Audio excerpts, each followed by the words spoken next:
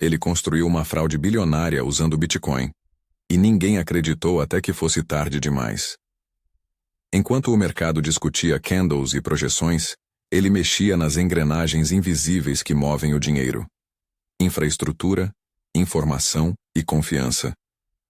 Não foi um golpe ruidoso, com máscaras e bancos explodindo. Foi uma engenharia silenciosa, feita de contas, contratos e leitos de blockchain, que pareciam inofensivos à primeira vista.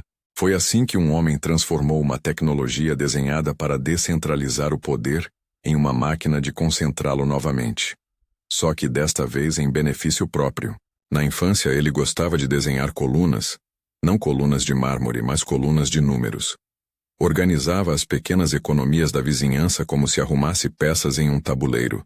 Quem devia, quem pagava, quem poderia ser persuadido a esperar. O pai dele era um homem que sabia dizer muitas verdades pela metade. Ensinou-lhe, com um sorriso seco, a arte de esconder o que não convém. Conta o que precisa contar. E não mais do que isso, dizia. A lição não era malícia explícita, era cálculo. Uma disciplina aplicada ao comportamento humano. O jovem cresceu com essa mentalidade de contabilidade e sigilo. Fez cursos de matemática, informática, leitura de sistemas. Mas o talento que mais cultivou foi outro. A habilidade de enxergar padrões onde outros viam ruído. Onde a maioria via apenas transações numéricas, ele via caminhos. Onde a maioria via usuários e carteiras isoladas, ele via corredores. Esse olhar, frio e meticuloso, seria a matéria-prima do que viria depois. Quando o universo das criptomoedas amadureceu, ele percebeu uma oportunidade clara. Controlar partes essenciais da infraestrutura criava uma posição de poder desproporcional. Não era necessário ser o dono do protocolo, bastava ser o dono dos pontos de passagem. Assim nasceram as primeiras empresas. Uma corretora privada que atendia clientes institucionais, uma mesa OTC que prometia liquidez eficiente e discreta, um serviço de custódia que garantisse acesso rápido a chaves e fundos. Tudo montado com um verniz de legitimidade. Escritórios, white papers, advogados respeitáveis. A fachada era perfeita porque estava feita com as peças que construíam confiança no ecossistema. No começo ele oferecia algo que muitos precisavam: liquidez e velocidade. Em um mercado onde um grande vendedor pode mover os preços, quem possa absorver ou fornecer esse volume ganha credibilidade. Ele usou essa credibilidade como moeda. Contratos sombra com pools de mineração, acordos confidenciais com corretoras menores, parcerias pouco publicitadas com serviços de custódia. Cada acordo vinha com benefícios disfarçados, taxas preferenciais, acesso antecipado a grandes ordens e, mais importante, um mecanismo de redistribuição de taxas que ninguém olhava direito.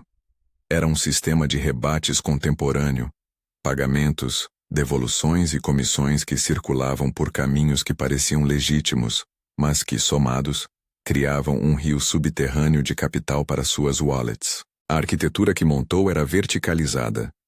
Ele não só facilitava a liquidez, controlava partes da produção, mineração e do armazenamento, custódia. Ao dominar esse corredor, ele podia, em tese, retardar ou acelerar fluxos, ditar prazos e criar dependência. Empresas rivais passaram a depender de sua infraestrutura porque era mais barata, mais rápida ou simplesmente porque já estavam integradas. A dependência se transformou em poder. Quem controla os trilhos, controla o trem. Mas poder sem blindagem é vulnerável. Assim nasceu a teia legal que sustentava tudo. Trusts modernos feitos de empresas de fachada, wallets dispersas em dezenas de jurisdições, contratos que pareciam comuns mas que abrigavam cláusulas de retenção, opções e direitos ocultos. Era um mosaico intencionalmente confuso. A cada camada adicionada, a explicação se tornava mais tortuosa. A cada novo nome corporativo, a rota do capital se desviava um pouco mais da visibilidade pública. Para o público parecia apenas uma rede de empresas críveis. Para ele, era a blindagem que permitia operar com impunidade emocional. Com a verticalização veio a tentação de torcer o mercado. Não diretamente, sempre evitou a exposição que vem com movimentos bruscos. Em vez disso, preferiu táticas que alteravam a percepção do mercado. Volumes aparentes que sugeriam liquidez real, notícias plantadas que elevavam expectativas, sobrecargas técnicas estrategicamente acionadas contra rivais no momento certo.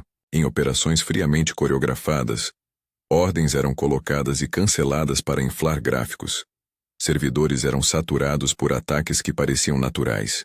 Campanhas de mídia compravam a opinião pública por meio de narrativas que pintavam o seu grupo como o pioneiro ético do setor. Eram golpes de mão com aparência de mercado legítimo. Ele pagava bem por lealdade discreta. Executivos de corretoras menores recebiam incentivos para manter a boca fechada. Mineradores que dependiam de seus contratos recebiam rebatedores que tornavam lucrativo dedicar hash rate às suas pools. Sócios ocultos, trustees e associados administravam wallets em nome de empresas que, no papel, não tinham relação entre si. Essa rede de interesses cruzados fez com que, no momento em que algo errado surgisse, a reação fosse lenta e confusa. Afinal, quem denunciasse prejudicaria um parceiro, um investidor, ou, muitas vezes, si mesmo.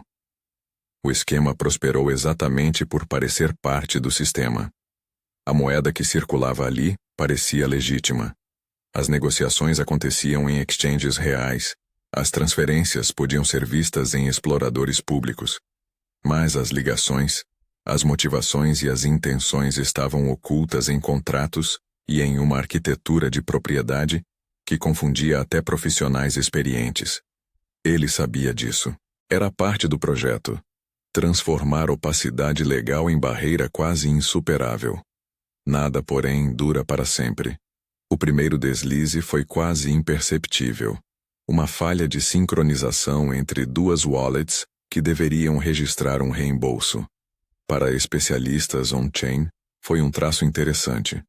Para um ex-parceiro com remorso, foi o começo de uma decisão que mudaria tudo.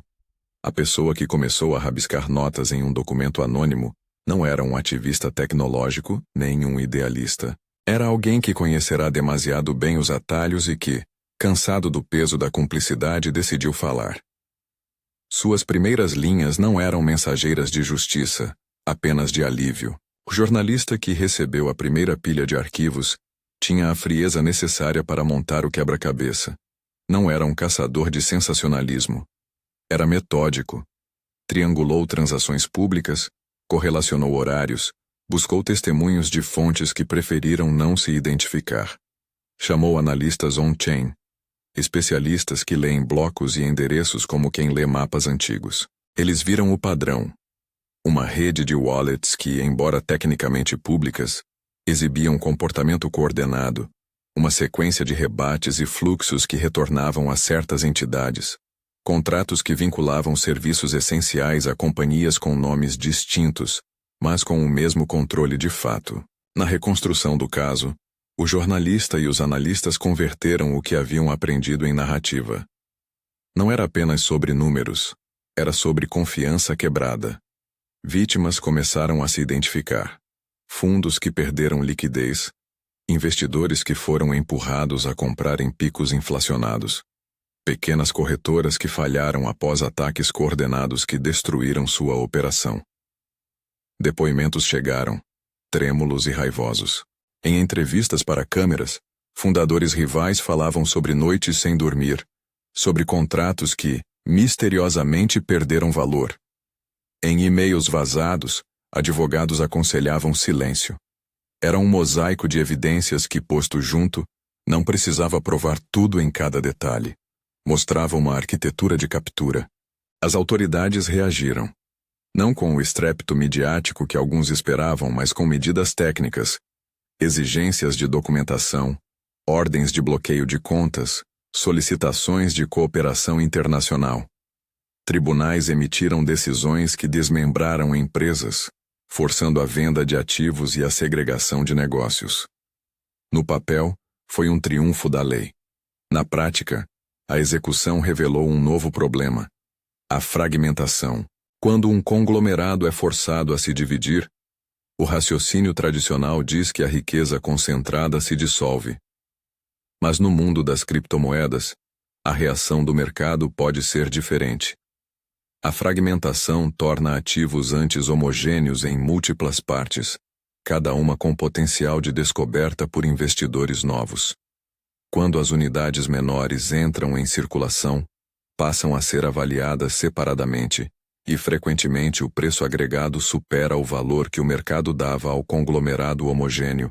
Além disso, a exposição midiática do escândalo atrai atenção, nem sempre condenatória, de novos compradores e especuladores. Ele já havia previsto isso. Antes mesmo do primeiro mandado, havia deslocado volumes consideráveis de reservas para uma constelação de entidades que pareciam independentes. Quando os desmembramentos começaram, parte dessas entidades emergiu com ativos líquidos, tokens e participações listadas, que o mercado recomposicionou com preços em alta. A sensação de escassez criada pela reação regulatória, somada ao aumento no interesse de novos investidores, elevou valores. O paradoxo era cruel. As medidas que pretendiam amputar o império formal acabaram por realçar partes valiosas desse império. E ele, que havia espalhado propriedade e controle de forma deliberada, surfou essa onda. Não se tratava apenas de tecnicalidade contábil. Havia estratégia reputacional. Enquanto tribunais impunham desmembrações e publicavam sentenças, equipes de relações públicas ativaram uma operação paralela para redesenhar a imagem pública. Doações filantrópicas, aparições em fóruns sobre responsabilidade digital, financiamento para pesquisas e parcerias com universidades criaram um amortecedor de opinião pública.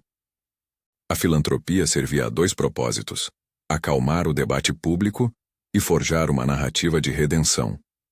Ele nunca apareceu em manchetes como um vilão clássico. Apareceu como um magnata que agora investia no futuro. A dissonância entre suas ações passadas e a imagem pública era tão deliberada quanto as estruturas legais que havia construído. Houve, claro, um custo humano real. Investidores perderam economias, startups faliram, carreiras foram arruinadas. O método friamente calculado que permitiu a fraude também deixou milhares de pequenas rupturas pessoais. Ainda assim, o homem manteve um tipo peculiar de invulnerabilidade. Não por ser impune na esfera judicial, mas porque soube transformar punição formal em oportunidade financeira. Enquanto juízes determinavam a venda de ativos e reguladores aplicavam multas, mercados reagiam de maneiras que, em alguns casos, regeneravam ou até aumentavam o capital que havia sido disperso. A investigação expôs também o limite das ferramentas regulatórias diante de uma arquitetura global e técnica. Pedidos de cooperação internacional esbarraram em lacunas legais, jurisdições divergiam em procedimentos, ativos digitais atravessavam fronteiras com a mesma facilidade com que uma mensagem atravessa oceanos. Deslocar responsabilidade entre países e entidades não é apenas uma questão de vontade política. É uma questão de sistemas que ainda não conseguiram acompanhar a velocidade da inovação. Enquanto se discutiam acordos e protocolos de cooperação, parte do patrimônio já havia mudado de mãos, se dissolvido em cadeias de propriedade complexas ou sido parcialmente realocado. No centro de tudo, permanece a figura do homem. Nem gênio, nem cartoon do mal. Um operador metódico que compreendeu um princípio simples e frio. Sempre que há uma diferença entre o que se vê e o que se sabe, há espaço para explorar. Ele não apenas explorou falhas tecnológicas, explorou as falhas institucionais, o desejo de simplicidade do investidor e a confiança que as pessoas depositam em infraestruturas com aparência profissional. Sua ética era uma economia de risco. Risco reputacional, risco legal, calculados e aceitos se o retorno esperado justificasse. Ainda assim, havia tensões internas. Nos raros momentos em que o narrador poderia se aproximar de sua intimidade, surgem as fissuras. O método exigia sacrifício de laços pessoais, noites solitárias revisando planilhas e acordos, uma vigilância constante que consumia. Amigos viraram números em planilhas, alianças viraram cláusulas, e a vida pública se encheu com o brilho frio de doações que não apagam memórias. Ele ganhou liberdade financeira e perdeu a simplicidade de poder confiar sem contas. Há sempre um preço psicológico em dominar sistemas de opacidade. Quando a poeira baixou, o cenário era ambíguo.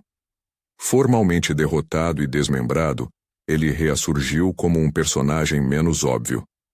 Um investidor que controla fatias do mercado, através de redes que, na superfície, são independentes. A imprensa já não o pintava exclusivamente como um predador. Escrevia também sobre filantropia e investimentos para a próxima geração. Alguns o chamavam de sobrevivente, outros de oportunista. A verdade complexa repousa entre essas palavras.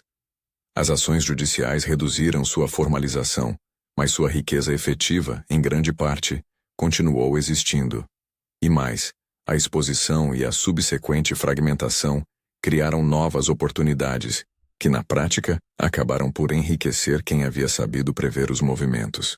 Há uma lição desconfortável nessa história. A tecnologia que pode dispersar poder também pode ser usada para ocultá-lo de maneiras sofisticadas. O blockchain é um registro público, mas a interpretação, a correlação e as estruturas legais em torno dele são operadas por humanos com interesses próprios. A descentralização técnica não garante descentralização social. Sem regras claras, sem cooperação internacional e sem vigilância informada, as infraestruturas que deveriam democratizar o acesso podem ser transformadas em instrumentos de concentração. Do ponto de vista regulatório, a resposta não pode ser apenas punitiva. Necessita de desenho de políticas que diminuam a assimetria de informação, que incentivem transparência real sem comprometer segurança legítima, e que criem mecanismos de responsabilização que funcionem entre jurisdições. Desde já se mostra urgente pensar quem audita as plataformas que auditam o dinheiro. Quem verifica quem tem a chave do cofre? Quem é obrigado a explicar como taxas e rebates circulam? São perguntas tão práticas quanto morais.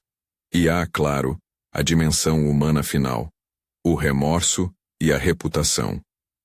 O homem fez doações públicas, financiou pesquisas, fez discursos sobre responsabilidade.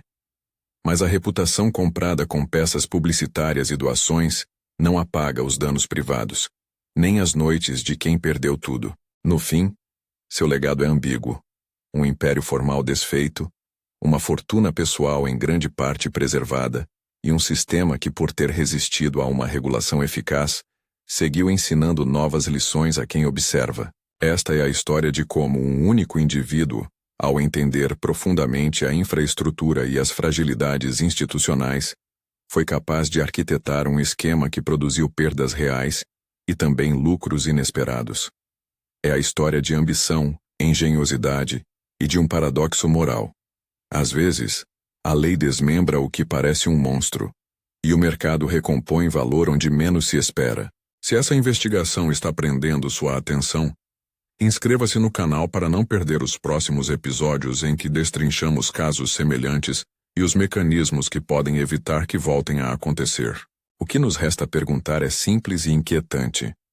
Quem vigia os vigilantes quando a própria camada de vigilância se torna instrumento de poder concentrado?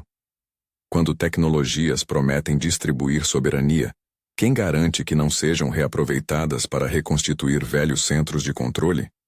A resposta passa por transparência verdadeira, por regulação pensada para o mundo conectado e por uma sociedade que não apenas celebra a inovação, mas exige responsabilidade. Se quiser consultar o dossiê completo dessa investigação, com análises públicas, depoimentos e documentos que ajudaram a montar o caso, o link está na descrição. Compartilhe este vídeo com alguém que precisa entender como aparência e poder trocam de lugar. E inscreva-se para receber novos dossiês e análises aprofundadas sobre o assunto.